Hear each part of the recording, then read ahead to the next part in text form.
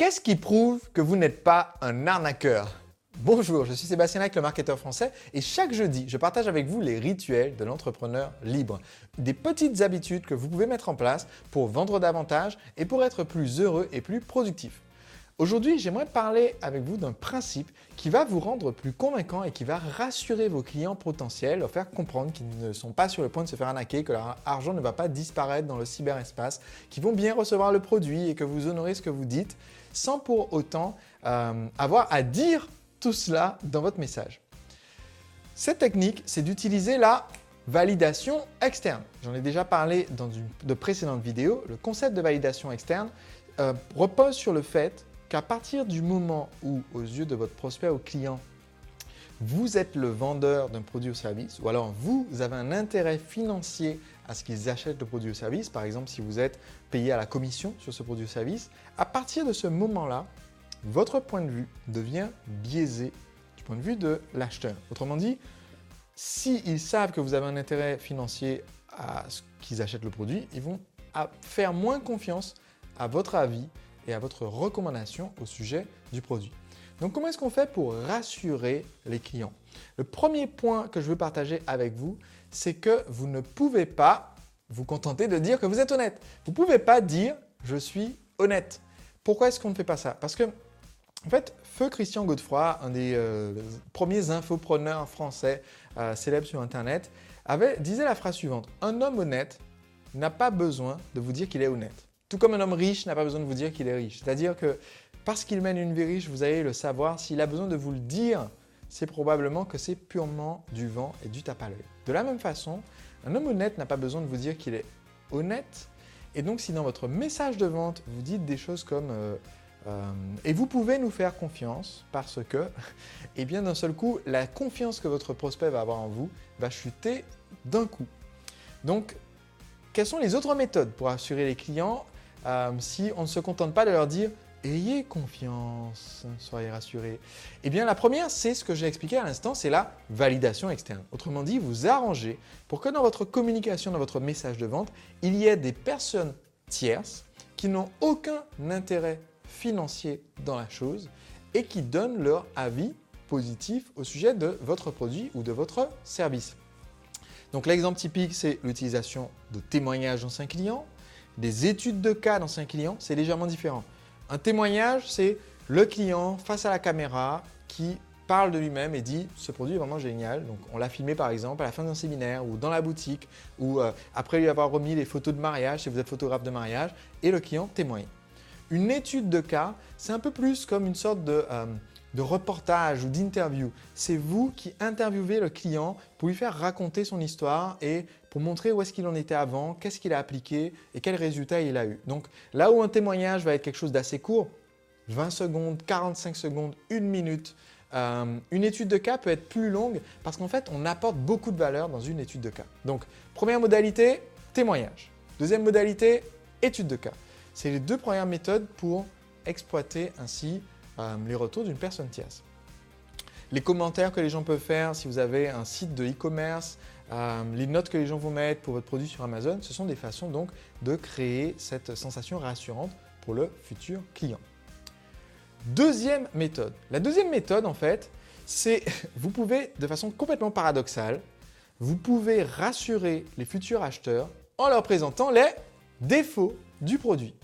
Quand vous présentez les défauts du produit, ça montre qu'en fait, vous êtes capable d'avoir un regard objectif sur la chose et de dire, mais en fait, ça marche pour tel type de personne et ça ne marchera pas pour tel autre public.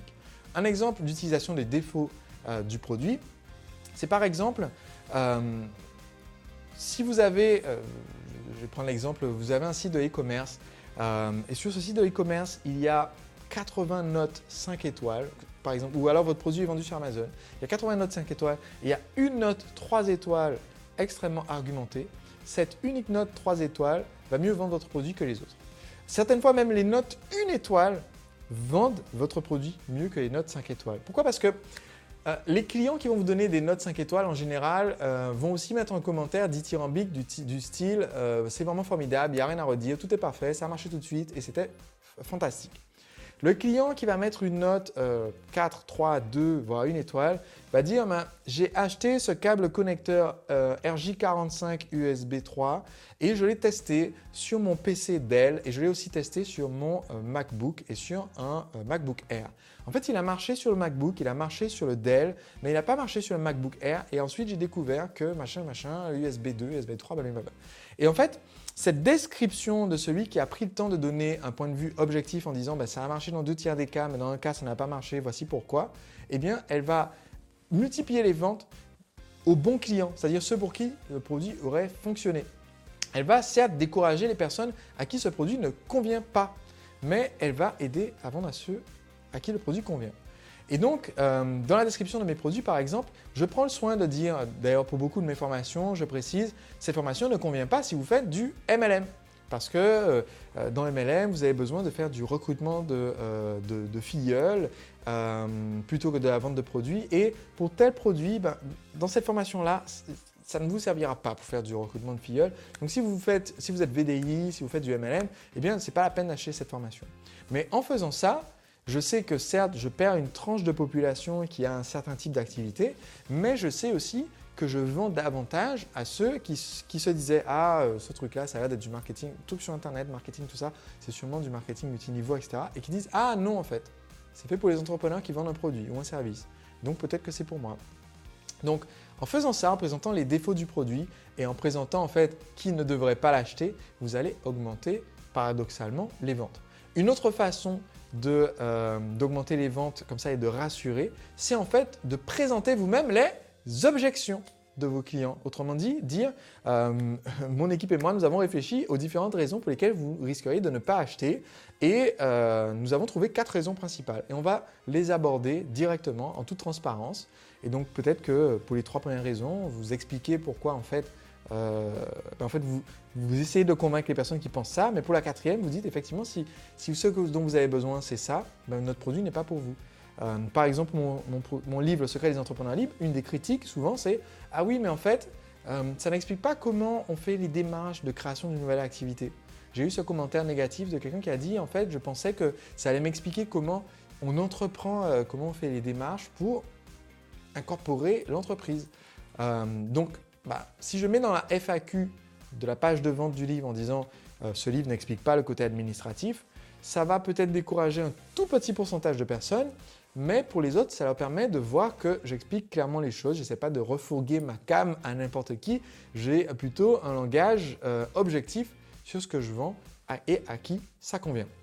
Et enfin, j'aimerais partager avec vous la dernière et la plus importante des techniques qui permettent de rassurer les gens et de les convaincre que ce n'est pas une arnaque ce que vous vendez.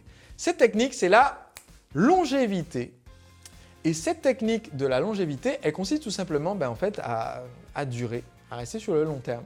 Alors la plupart des entreprises ne survivent pas au-delà de 3 à 5 ans. Les personnes qui ne sont pas accompagnées, les entrepreneurs qui ne sont pas accompagnés ont un taux de réussite 2 fois moins élevé que ceux qui se sont fait accompagner dans la création, avoir du conseil, que ce soit de façon plus institutionnelle dans votre chambre de commerce ou de façon plus autodidacte en vous formant, en suivant mes vidéos ou des formations ou celles d'autres experts. Eh bien, ça augmente vos chances de réussite. Mais en fait, le fait que votre entreprise soit là pendant longtemps fait que même les gens qui étaient vos détracteurs avant finissent par se ranger à votre cause et quelquefois devenir vos plus grands fans. Et quand j'ai lancé Le Marketeur Français en 2010, il y avait sur des forums plein de gens qui disaient « Ah, encore un de ces petits jeunes qui démarre et qui va… On me comparait à une étoile filante, je vais brûler vivement comme ça pendant quelques mois et ensuite disparaître dans une explosion de fumée. » Je crois que c'était l'expression utilisée par un internaute sur un forum. Mais en fait, voilà, presque 10 ans plus tard, je suis encore là. J'ai des milliers de clients entrepreneurs que j'ai aidés dans 35 pays. Et donc au bout d'un moment, même les gens qui aujourd'hui sur ma vidéo là vont cliquer j'aime pas en disant un arnaqueur qui nous explique comment prouver qu'on n'est pas une arnaque, ha ha ha. Et bien parmi ces gens-là, dans 5 ans, dans 6 ans, dans 7 ans, il y en a qui diront ouais en fait non, j'ai finalement été convaincu Sébastien par ta vidéo que tu as fait en 2024 et là je me suis rendu compte que en fait peut-être que tu disais des choses intéressantes. Donc en fait, la meilleure méthode c'est celle de la patience. Et être patient et oser en fait donner le temps en fait aux gens. C'est-à-dire que je ne perds pas de temps à essayer de convaincre les gens qui mettent des commentaires sur mes pubs Facebook en disant c'est forcément une arnaque, pourquoi est-ce qu'on devrait rien payer maintenant pour avoir le livre, je suis sûr que c'est pas vrai et que le livre n'existe pas. Je ne perds pas de temps à essayer de convaincre ces gens-là. Je continue mon petit bonhomme de chemin et dans 5, 6 ans, 7 ans, 10 ans, la personne achètera mon livre dans une foire, dans un marché aux puces ou dans une librairie ou sur Amazon et aura oublié qu'elle a laissé un commentaire 5 ans plus tôt. Donc, je veux juste vous donner cette notion de patience qui est que si aujourd'hui vous êtes jeune, soit jeune littéralement, soit jeune dans le démarrage de votre activité, soit vous avez ce que nos amis anglophones appellent une baby face, c'est-à-dire que vous n'êtes pas jeune du tout, mais en fait, vous avez donné l'impression d'être jeune. Et donc, si les gens critiquent parce que vous êtes le nouveau venu, eh bien accrochez-vous. Au bout d'un moment, vous finirez par les rallier à votre cause. Il y a une citation qui est souvent associée à Gandhi, que je ne vais sûrement pas retranscrire parfaitement de mémoire, mais qui dit que au début, on vous ignore, ensuite, on se moque de vous, ensuite, on vous contredit et on vous combat, et enfin, on se range à votre cause. Eh bien, soyez juste patient et vous allez voir, ça finira par fonctionner comme ça pour vous aussi. On se retrouve jeudi prochain pour une prochaine habitude des entrepreneurs libres. D'ici là, sachez qu'en ce moment, j'organise un atelier pour vous aider à implémenter mes stratégies marketing dans votre activité. Pendant 2 semaines, je suis en direct quasiment tous les jours et je vous enseigne mes stratégies et je suis en direct pour répondre à vos questions et vous aider à l'implémenter pour vous. L'année dernière, 14 000 entrepreneurs ont participé à cet atelier que j'organise 1 à 2 fois par an. Et cette année, ça promet d'être encore plus énorme et cet atelier est à 100% gratuit si vous suivez les instructions qui se trouvent juste dans la description de cette vidéo. Donc faites-le maintenant, inscrivez-vous pour rejoindre cet atelier et on se retrouve très vite en direct. Augmentez considérablement les ventes de votre entreprise, qui va simplifier votre marketing et votre communication avec de nouveaux prospects et qui va aussi vous rendre la vie plus facile. Cette habitude, c'est de